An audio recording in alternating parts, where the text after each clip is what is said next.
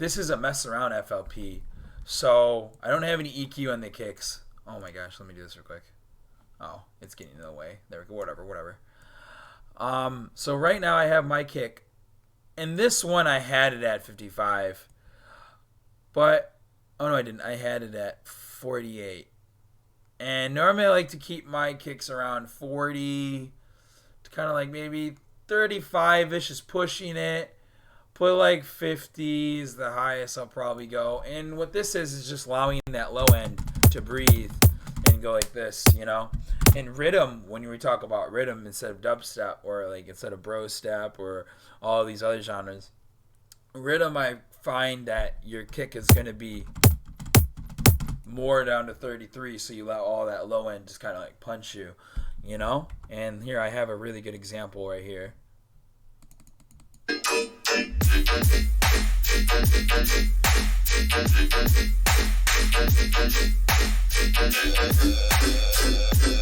You see how those kicks? Those kicks are actually at 36.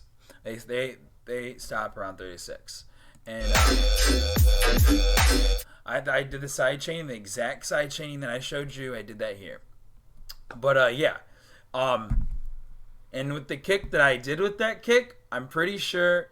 Now, normally I won't say this, but when you're going into the mixer, you normally want to go in with dubstep. You normally want to go in loud around 0. So like when I move this on the top left, you can see my file, and then you can see edit and add. Right below that, you should see numbers moving, and then there's a negative dB.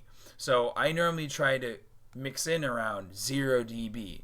0 dB. With some kicks though, when it comes down to the mix, when you're starting off, you normally do not want to change much about your starting off properties when you're starting off your mix down. I mean, this could be debated, but this is something I learned from Subtronics himself. You normally want to get everything set in stone. So I normally like to keep my kicks around negative 1.5 or 0. It depends on the kick. This kick that I use right here, I like to use this kick a lot, so I normally keep this around negative 1.5. Just because of how it is and how it sits in the mix. Normally, if I try to push to 0, it just sounds a little distorted. Okay, but that's what it is. And then, if I really wanted, this is me on kicks. This is me. So my second EQ for my kick, my first one's right here, guys. I normally cut off the low end. I'll cut off that last portion of low end, right? You don't want that. And then my second EQ is going to be something like this. And I'll have like some mid-frequency dipping. So now it's just a little bit different, if you can tell. You might not be able to. There's that. It's more of like a dry hit, and now it's more of like a deep hit when I turn it back on. It doesn't do much. But in the mix down, it does a ton. Just having this dip right here on the kick, you might want to feel for it and make sure you're not taking too much of that hit out. But once you get it enough, you get that nice comfy hit. I've even taken space out right here, Just the more space you take in an EQ on an object, the more space you give for another object. Think of it like that. So I like to somewhat take space out right here so I can give more mid presence to my basses.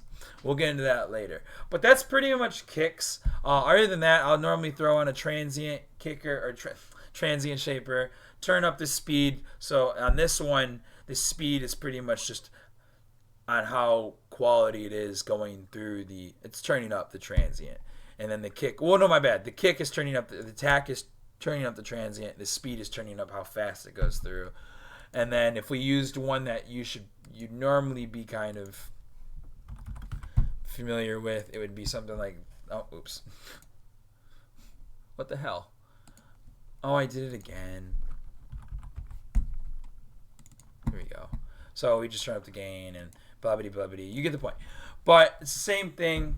I like to use this one. Just normally turn up the gain on the transient processing or turn up the attack.